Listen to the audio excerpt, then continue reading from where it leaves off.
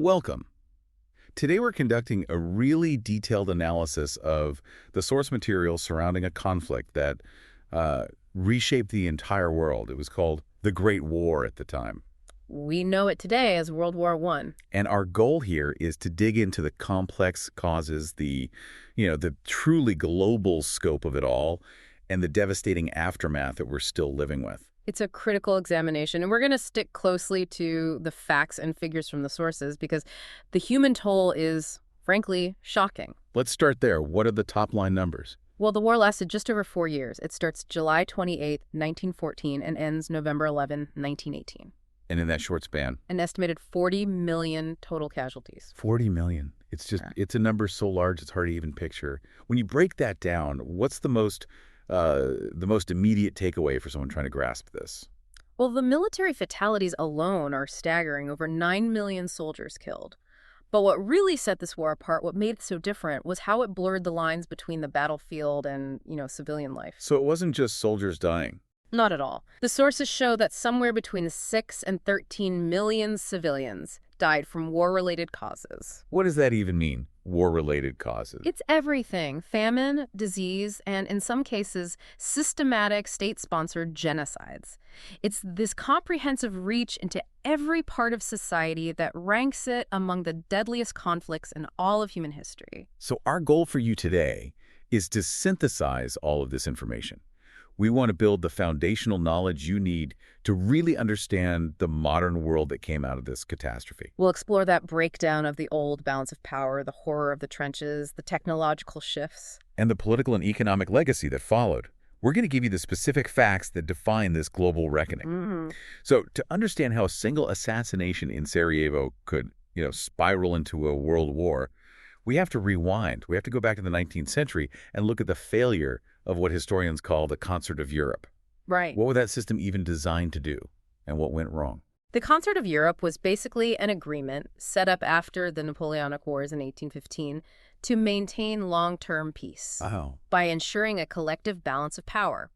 The idea was that the major European states would consult and negotiate to stop any one power from getting too strong and dominating the continent. But by the end of the century, that system was falling apart. It was eroding, yes. And we can see 3 key dynamics that were really accelerating that erosion. Okay, what's the first one? First, you have Britain. They adopted a policy of splendid isolation. Meaning they just stepped back from European politics. For the most part, yes. They chose not to get involved in continental disputes unless it was absolutely essential for their own imperial interests. So a key moderating voice was just gone from the table. Okay, so that's one. What's the second? The second is the decline of the Ottoman Empire. It was known as the sick man of Europe, and it was visibly crumbling. Which created a power vacuum. A very dangerous power vacuum, especially in the Balkans, which were strategically vital. And that brings us to the third and, maybe the most critical factor, the rise of Germany.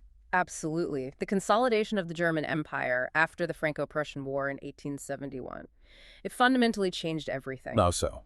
Suddenly, you have this incredibly powerful, unified German state with a massive industrial capacity right in the heart of Europe. It completely recalibrated the entire political map. And for France, this was an existential threat.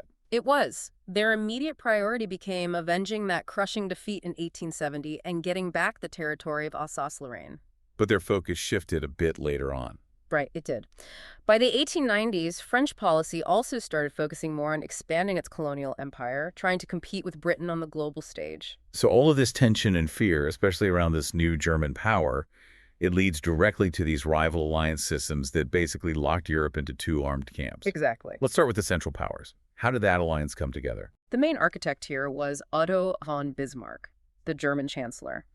His foreign policy was incredibly complex, but he had one primary overriding goal. Which was? To isolate France and prevent Germany from ever having to fight a 2-front war against both France and Russia at the same time. He started with something called the League of the Three Emperors. Yes, in 1873, it linked Germany, Austria-Hungary, and Russia. But it was always unstable because Austria and Russia were rivals in the Balkans. So it fell apart. It did. So Bismarck moved to solidify the core of the Central Powers with the dual alliance in 1879. That was between Germany and Austria-Hungary. Correct. It was a mutual defense pact. Then, in 1882, Italy joined, making it the formal Triple Alliance. This was a binding military agreement. But the really clever part of Bismarck's strategy was that he didn't stop there. He kept a secret partnership with Russia going. That was the Reinsurance Treaty of 1887, an absolute masterpiece of pragmatic diplomacy. What did it do? It basically promised that Russia would stay neutral if France attacked Germany, and Germany would stay neutral if Austria-Hungary attacked Russia. Bismarck understood that keeping Russia on side was the absolute foundation of German security. And this is where the whole story takes a dramatic and catastrophic turn. It is. In 1890, the new Kaiser, Wilhelm II, forces Bismarck into retirement. And the new government makes a fateful decision. They refuse to renew the reinsurance treaty with Russia. Why? Why was that so disastrous? Because it instantly shattered the one thing that had stopped France and Russia from forming their own alliance. What was their logic? It was incredibly flawed. The new German leadership thought that autocratic Russia and Republican France were just too different politically to ever become allies. They didn't want to be forced to choose between supporting Vienna or St. Petersburg. So by refusing the treaty, they essentially pushed Russia, which was desperate for foreign investment and military security, straight into the arms of their biggest rival, France. paving the way for the Franco-Russian alliance in 1894. Precisely. And that's the core of the Entente. The other pieces came later. You have the Entente Cordiale in 1904 between Britain and France. Which is about settling colonial disputes, right? Right. In Egypt and Morocco. Exactly. And then finally, the Anglo-Russian Convention in 1907. But it's really important for you to understand the distinction here. What's the key difference? The Triple Alliance was a formal, binding military pact. If one member was attacked, the others had to come to their aid. And the Triple Entente. That was much more informal, at least at first. It was more a pattern of diplomatic cooperation.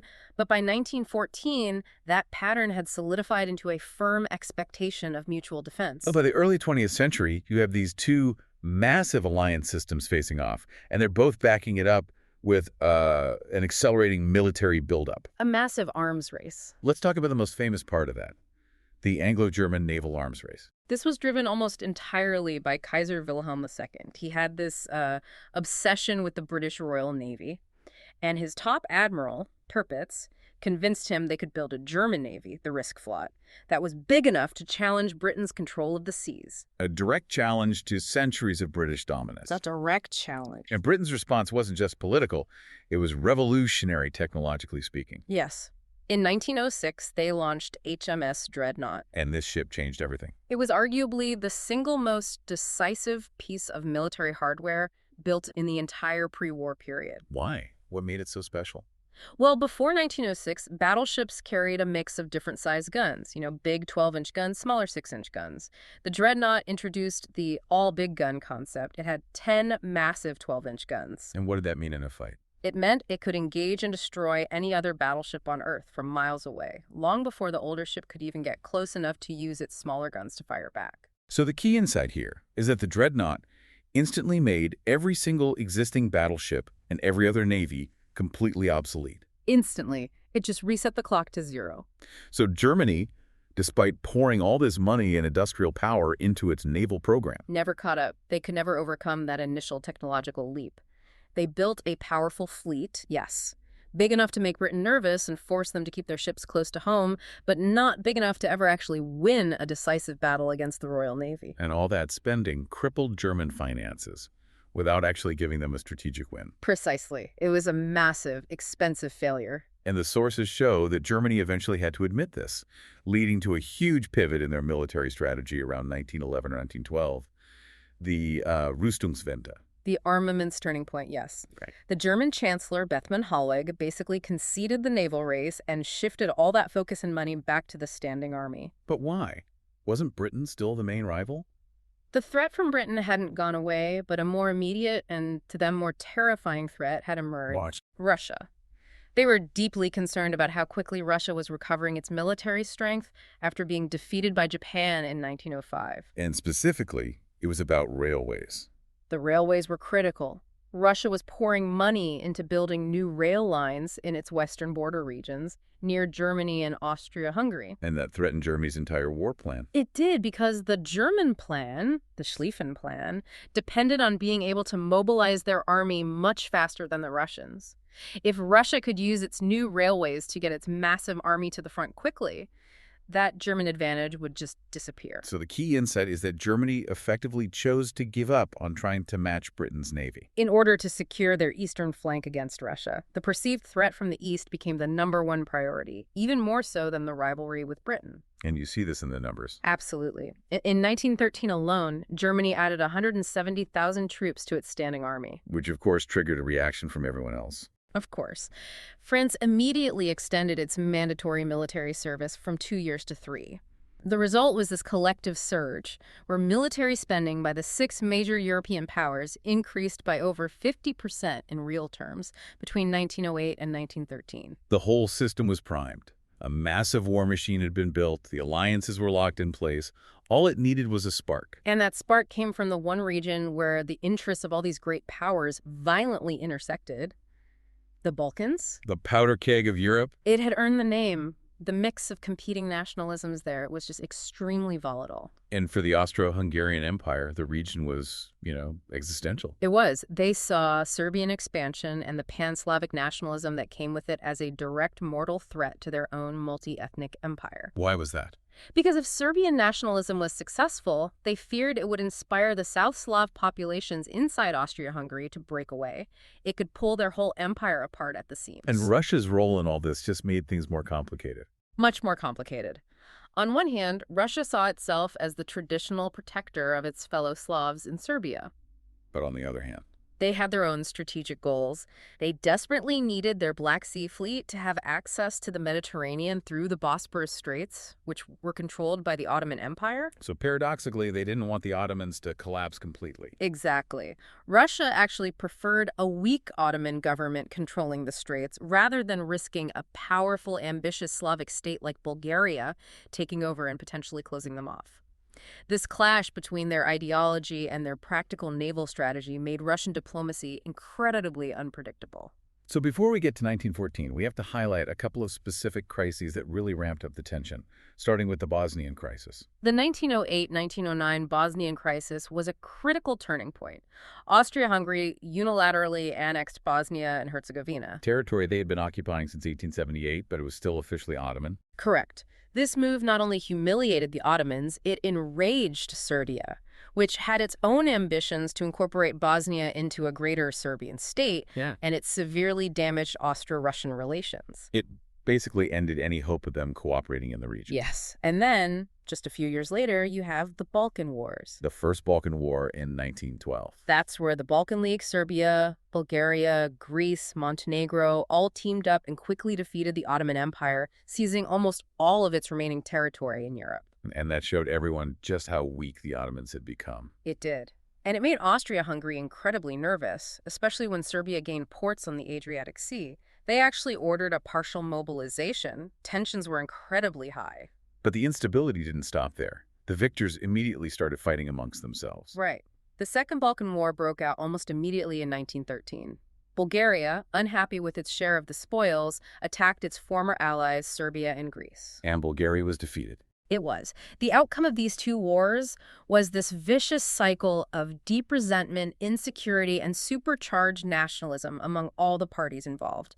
It just set the stage perfectly for the final crisis. Which brings us to the spark itself. The assassination in Sarajevo. June 28, 1914. Archduke Franz Ferdinand, who is the heir to the Austro-Hungarian throne, and his wife Sophie are visiting the city. And the assassin is Gavrilo Princip, a young Bosnian Serb, part of a revolutionary group called Young Bosnia. But critically, he was supplied with weapons by extremists within a Serbian intelligence organization called the Black Hand. So there was a direct connection. There was. Princip fires 2 shots, and both the Archduke and his wife are killed. And the reaction in Vienna is complex. Some sources say that at first the city was calm, that the event almost failed to make any impression whatsoever. That initial calm is deceptive. Politically, things crystallized very, very quickly. The historian Christopher Clark called it a 911 effect on the political chemistry in Vienna. Meaning what? Meaning, the hardliners in the government saw the assassination not as a tragedy to be mourned, but as the perfect excuse, the pretext they had been waiting for to finally crush Serbia once and for all. Even if it meant risking a much bigger war. Even then, they were ready to use this moment. And that using the moment involved immediate, organized violence against Serbs living inside Austro-Hungarian territory. This is a point that, demands real sympathy for the victims. Absolutely. The violence was immediate, and it was officially encouraged by the authorities. They incited these violent anti-Serb riots in Sarajevo, which then spread across Bosnia, Croatia, and Slovenia. And they were targeting prominent citizens. Systematically, approximately 5,500 prominent Serbs were arrested and imprisoned. And the human toll of just that initial repression was horrific. It was. The sources indicate that somewhere between 700 and 2,200 of those prisoners died in custody. Another 460 were sentenced to death and executed. And they used a specific militia for this, right? Yes, the Bosnian Schutzkorps. It was a special militia, mostly made up of Bosniaks, that the Austro-Hungarian authorities specifically created and used to carry out the systematic persecution of Serbs right before the war even officially began. It just underscores how much ethnic violence was already simmering just below the surface. So after this wave of internal repression, we get to the July crisis, which is essentially a diplomatic countdown to war. Right.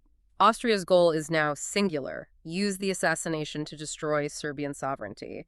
And on July 5th, they get Germany's full support. The infamous blank check. The blank check.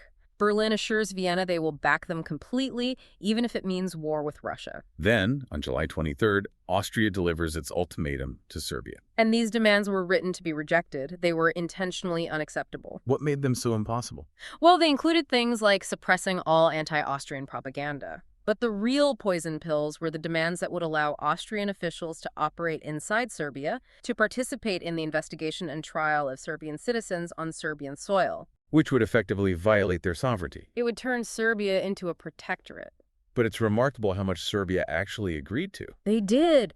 They accepted 8 of the 10 demands. They conceded on everything that didn't fundamentally destroy their status as an independent nation. But it wasn't enough. No. Austria seized on the rejection of those 2 key clauses, declared the response a full rejection, broke off diplomatic relations, and on July 28th, declared war on Serbia and began shelling Belgrade. The clock had run out.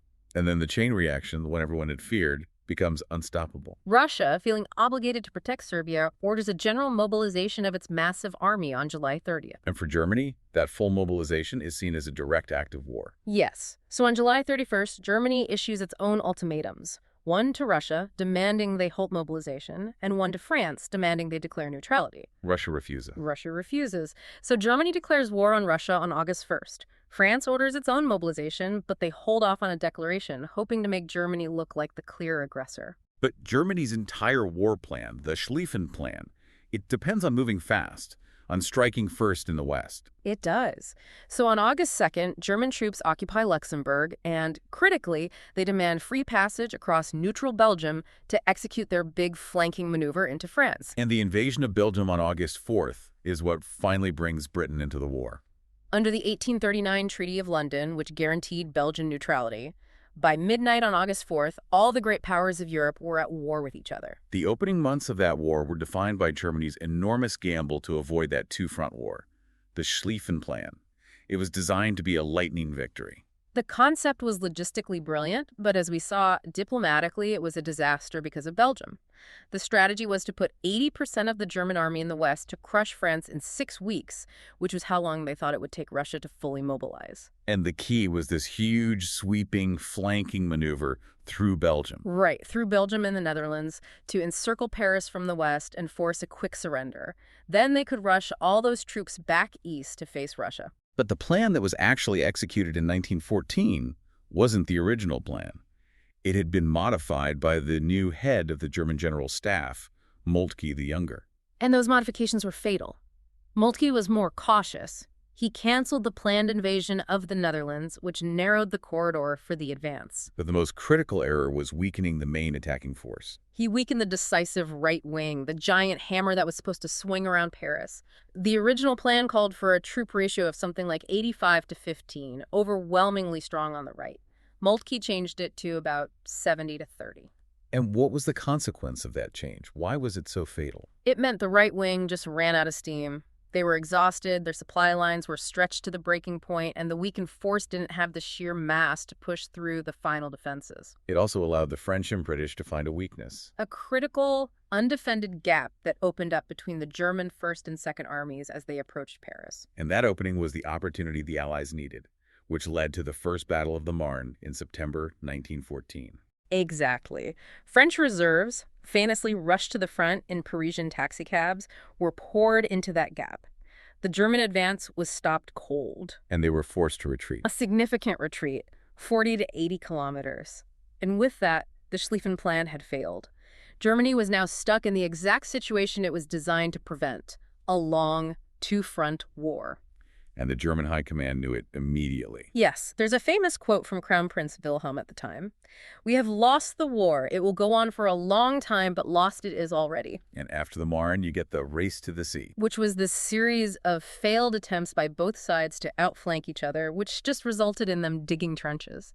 It created this continuous, static, entrenched line from the English Channel all the way to the Swiss border. The birth of the Western Front. The birth of the Western Front. Now, in complete contrast to that static nightmare, the Eastern Front was incredibly dynamic, especially at the start. It was. Russia, despite Germany's calculations, managed to attack East Prussia within just 15 days of mobilization. Which was a huge shock to the Germans. A huge shock. And while it was a tactical disaster for the Russian armies involved, it was strategically vital for the Allies. It forced Germany to pull troops away from the West right at the critical moment of the Schlieffen Plan's advance. But those early Russian attacks were, as you said, a disaster. They were. The Russian armies attacked without proper supplies or heavy equipment. They were crushed by the Germans under Hindenburg and Ludendorff at the battles of Tannenberg and the Masurian Lakes. The losses were staggering. At Tannenberg alone, Russia lost 250,000 men. But even with those huge victories, the Central Powers couldn't knock Russia out of the war. No. The Russian army, for all its flaws, had almost limitless manpower. But by 1915, the weaknesses were really showing. A major Austro-German offensive, the Gorlice-Tarnow offensive, pushed the Russians back hundreds of miles. They invaded Russian-occupied Poland? They did. By the end of 1915, the front lines were deep inside Russia itself. And we have to remember, this was truly a world war. The fighting wasn't just in Europe. The sources highlight how quickly the Allies moved to seize Germany's colonial territories. It was a very swift process. In the Pacific, New Zealand took German Samoa, Australia took German New Guinea, and, most significantly, Japan entered the war and seized Germany's treaty ports in China, especially Tsingtao. Which gave Japan a major foothold in China for the future. A very important one. And what about in Africa? The campaigns there were much more drawn out. They were. Places like Togoland and Cameroon fell fairly quickly. But German East Africa, what is now Tanzania, was a completely different story. It is one man, right? Colonel Paul von Lettow-Vorbeck.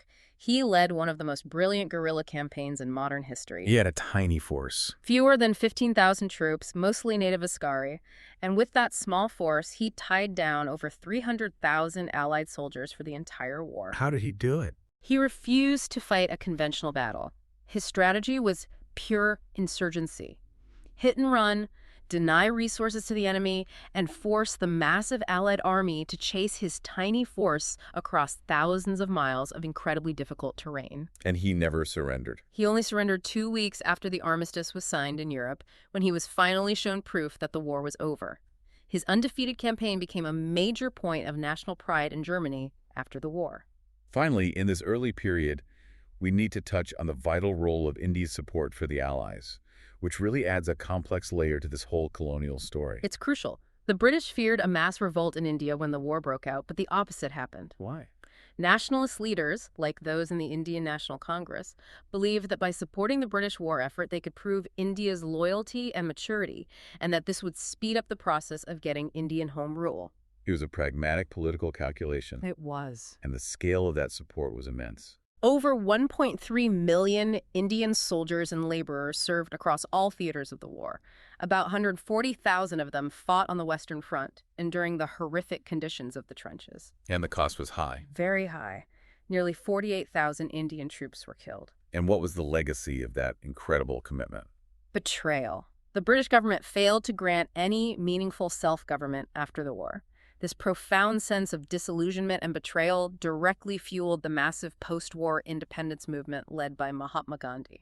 So we now move into the period from 1915 to 1917, and the defining image of the entire war, the hellish reality of trench warfare on the Western Front. This was the disastrous result of a collision between 19th century tactics and 20th century defensive technologies. What's the core of that disconnect? The generals were still thinking in terms of open warfare and massed infantry charges, but the battlefield was now dominated by three things. Barbed wire, which stopped those charges cold, the machine gun, which can mow down hundreds of men in minutes, and powerful long-range artillery that could obliterate anything in the open. So trying to cross that open ground between the trenches, no man's land, was basically a suicide mission. It was. The resulting battles were just exercises in attrition. Let's look at the two most infamous examples from 1916. Verdun and the Somme. Verdun was launched by the Germans with the explicit, cynical goal of bleeding France white. They wanted to kill so many French soldiers that France's will to fight would just break. It became a symbol of French determination. But at a horrific cost. The total casualties for both sides in that one battle were somewhere between 700,000 and nearly 1 million men.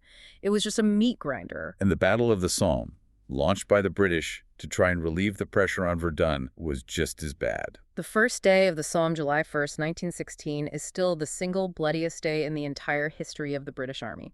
What are the numbers for that one day? 57,500 casualties, including 19,200 killed. Almost 20,000 men killed in a few hours. That's the terrifying efficiency of the machine gun. And the total for the whole battle. By the time it ended, there were over 1 million casualties on all sides. 420,000 British, 200,000 French, and 500,000 German. Man, beyond the enemy fire, the very conditions in the trenches were deadly. Oh, yes. Disease was a major killer. The appalling, unhygienic conditions led to things like trench foot, from constant exposure to cold water. And lice. Rampant lice infestations, which spread a disease called trench fever. Typhus was also a huge problem. And critically, the constant movement of millions of troops around the globe helped spread the 1918 influenza pandemic, the Spanish flu, which killed far more people than the war itself. And the sources note a specific epidemic in Serbia right at the start of the war. Yes, a massive typhus outbreak there killed an estimated 200,000 people in 1914 alone. It just shows how quickly disease could devastate a nation caught up in the conflict. And during this period, we also see the introduction of chemical weapons, a new low in warfare. Germany first used poison gas on a large scale at the Second Battle of Ypres in April 1915. It was a clear violation of the Hague Convention. They used chlorine gas. Yes. And it began this terrifying new form of warfare. Ultimately, chemical weapons weren't decisive in winning the war, but they caused unimaginable suffering. About 1.3 million casualties in total, with around 90,000 of those being fatal. Now let's turn to the war at sea. It evolved from these big fleet actions to a war of blockades and submarines. Right. Early on, the Royal Navy hunted down Germany's surface cruisers that were raiding commerce around the globe, but the main strategic naval effort was Britain's blockade of Germany. Which was very effective, but also legally questionable. It was. It violated international laws about neutral shipping, but it slowly strangled the German economy, cutting off imports of food and raw materials. This economic pressure led Germany to risk its whole fleet in one major battle, Jutland. Jutland in 1916 was the only full-scale clash of battleship fleets in the entire war. Over 250 ships were involved. And tactically, you could argue Germany won. You could. They sank more British ships and killed more British sailors. But strategically, Jutland was a massive British victory. Because after the battle, the German high seas fleet, fearing it would be destroyed, never came out to fight again. It stayed in port for the rest of the war, leaving Britain in complete control of the seas and its blockade intact. So, with its surface fleet bottled up, Germany turned to its only remaining naval weapon, the U-boat. And they launched a campaign of unrestricted submarine warfare. This was their counter-blockade, an attempt to starve Britain into submission by sinking any ship heading to its ports. The sinking of the passenger liner Lusitania in 1915 caused huge international outrage. It did, especially in the United States. As 128 Americans were killed, Germany was forced to temporarily halt the unrestricted campaign. But they brought it back in 1917. A catastrophic decision. They gambled that they could strangle Britain before the United States could mobilize and enter the war. It was that decision, more than any other, that brought the U.S. in. And how did the Allies eventually counter this U-boat threat? The convoy system. It was a simple but brilliant idea. Instead of merchant ships sailing alone, they traveled in large, protected groups convoys escorted by warships. Which made them much harder for a lone U-boat to attack. Much harder. And new technology like hydrophones for detecting submerged subs and depth charges for attacking them finally gave the escorts the tools they needed. Over 5,000 Allied ships were sunk, but the convoy system ultimately saved the war effort. Now, moving south, the Ottoman Empire joined the Central Powers in late 1914, opening up huge new fronts. Yes, this immediately threatened Russia in the Caucasus and Britain's vital Suez Canal link to India. And the Ottoman leadership had grand ambitions. The Minister of War, Enver Pasha in particular, he launched a disastrous winter offensive against the Russians at Sarajevo. What happened there? He ordered his army to attack through the mountains in the dead of winter. They weren't equipped for the cold. The vast majority of his men, over 70,000 of them, 86% of his force, froze or starved to death before they even saw the enemy. While that was happening, the Allies launched their own failed campaign at Gallipoli. A massive failure for the Allies. But elsewhere in the Middle East, they had more success. British forces captured Baghdad in 1917. And they also supported the air revolt. Yes, starting in 1916. Aided by figures like T.E. Lawrence, this was critical in destabilizing the Ottoman Empire from within, leading to the capture of key cities like Damascus. And we have to pause here to discuss a horrific aspect of the Ottoman war effort, something the sources compel us to report on impartially: this systematic ethnic cleansing of Christian minorities. This is a period that demands incredible gravity and sympathy for the victims. The sources detail how the Ottoman government, using the chaos of the war as cover, conducted a large-scale ethnic cleansing of its Armenian, Greek, and Assyrian Christian populations. This includes the Armenian genocide. Yes, which resulted in the deaths of an estimated 1.5 million people. What was the mechanism used for this, as described in the sources? The primary tool was a law passed in 1915, the Tessier Law, or deportation law. It authorized the forced removal of Armenians from their homes. But these weren't just relocations. No. They were forced death marches into the Syrian desert, designed to kill through exhaustion, starvation, and exposure. Many were also attacked and murdered by militias along the way. The violence also targeted hundreds of thousands of Assyrians and Anatolian Greeks. Finally, let's look at the Italian front, which opened in 1915. Right. Italy had been part of the Triple Alliance, but was lured to the Allied side by promises of Austrian territory in the secret Treaty of London. And this front was geographically unique. Fought high in the Alps and the Dolomites. The conditions were brutal, fighting in deep snow on treacherous mountain terrain. And the fighting was defined by costly static battles. The Italian commander, Cadorna, just kept ordering these unimaginative frontal assaults along the Isonzo River. There were 11 battles of the Isonzo, one after another, achieving almost nothing but costing hundreds of thousands of lives. Italy eventually suffered a crushing defeat at Caporetto in 1917, a huge blow to their morale and their army. So the year 1917 is this massive turning point in the whole war. It's defined by two huge events: Russia's collapse and America's entry. By late 1916, Russia was on the brink.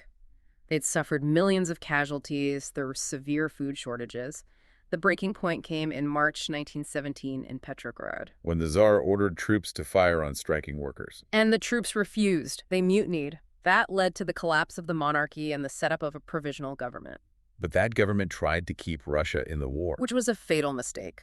The chaos allowed the Bolsheviks, led by Vladimir Lenin, to seize power in the November Revolution. And Lenin, who had been helped back into Russia by the Germans. Who saw him as an agent of chaos? Yes. He immediately demanded an end to the war. In March 1918, Soviet Russia signed the Treaty of Brest-Litovsk. A punitive treaty. Incredibly so. Russia gave up huge amounts of territory and resources: Finland, the Baltic states, parts of Poland, and Ukraine. But for Germany, it meant they could finally move all their troops from the east to the west. Nearly 50 divisions. It gave them one last desperate window of opportunity to win the war before the Americans could arrive in large numbers. So at the same time, the U.S. enters the war in April 1917. The final trigger was Germany's resumption of that unrestricted submarine warfare. And the U.S. military at the time was tiny. Very small. They had to create a massive army from scratch. The Selective Service Act drafted 2.8 million men. And the American commander, General Pershing, was very insistent on how his troops would be used. He was. He insisted on two things. First, that the American Expeditionary Forces, the AEF, would fight as a separate independent American army, not be used as replacements for depleted British and French units. And second, He was a huge proponent of what he called open warfare. He believed the static trench warfare of the Allies was a strategic dead end, and he wanted his troops to be trained for maneuver and marksmanship. so Germany knows they are on a clock. They have to win before America is fully mobilized. Which leads to their final big gamble, the spring offensive of 1918, Operation Michael. And at first, it was incredibly successful. It was. They achieved an advance of 60 kilometers, the biggest gain by either side since 1914. They used new stormtrooper tactics to bypass strongpoints and create chaos. But it failed. Why? Logistics. The troops simply outran their supplies. They were exhausted, and they didn't have the tanks or motorized transport needed to exploit the breakthrough. They just ran out of gas. And then came the Allied counterattack, the 100 Days Offensive. Starting in August 1918. And this is where you see the German army's morale finally break. The Allies, now reinforced with fresh American troops and using mass tanks, just punched through the German lines. And at the same time, Germany's allies started collapsing. First, Bulgaria. In September, a Serbian and French offensive in the Balkans broke the Macedonian front and Bulgaria surrendered. And this seemingly distant event sent shockwaves through the German high command. Absolute shock. The Kaiser reportedly said, disgraceful. 62,000 Serbs decided the war. With Bulgaria gone, the southern flank of the Central Powers was wide open. And the others followed quickly. The Ottomans surrendered on October 30th. The Austro-Hungarian army completely disintegrated after a defeat by the Italians at Vittorio Veneto, and they signed an armistice on November 3rd. Germany was alone, facing revolution at home and mutiny in its navy. They had no choice. The Kaiser abdicated on November 9th, and the war ended with the signing of the armistice on November 11th, 1918. So let's talk about the final cost. Yeah. We mentioned the 40 million casualty figure. The demographic toll was just staggering. For a country like France, they lost 1.4 million soldiers. That's 10.5% of their entire active male population. Germany lost 15% of its fighting men. And the sources compel us to reflect on the wounded, especially those with injuries that were really unique to this new industrial warfare. Yes. We have to acknowledge the tragedy of the 15,000 French soldiers who suffered such horrific facial injuries from shrapnel and artillery that they were known as the gueules cassées, the broken faces. And they faced terrible stigma after the war.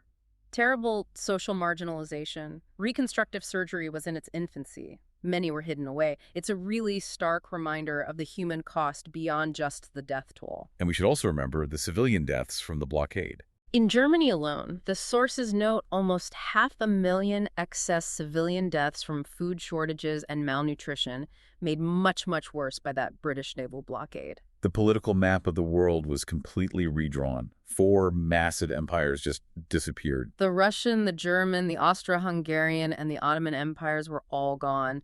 The ruling dynasties, the Romanovs, the Hohenzollerns, the Habsburgs, the Ottomans, all fell. And in their place, a host of new nations. Poland, Finland, Czechoslovakia, Yugoslavia, and others, all created out of the ashes of those old empires. The post-war settlement was hammered out at the Treaty of Versailles in 1919, and it's often seen as planting the seeds for the next war. The key source of German resentment was Article 231, the so-called war guilt clause.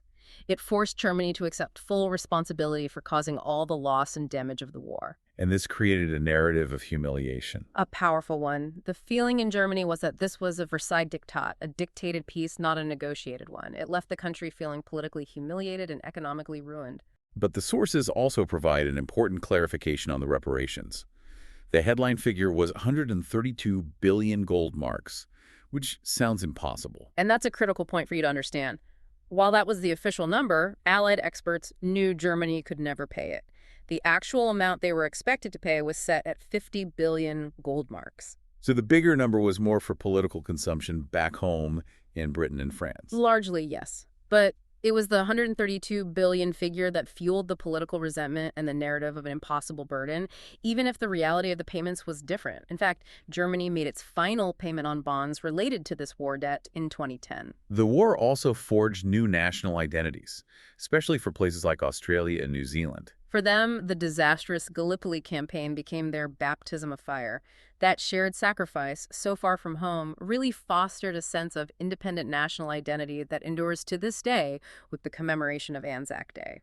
And briefly, the technological and environmental legacy. The war massively accelerated technology, Yeah. communications, artillery coordination, and we saw the first use of aircraft carriers in combat.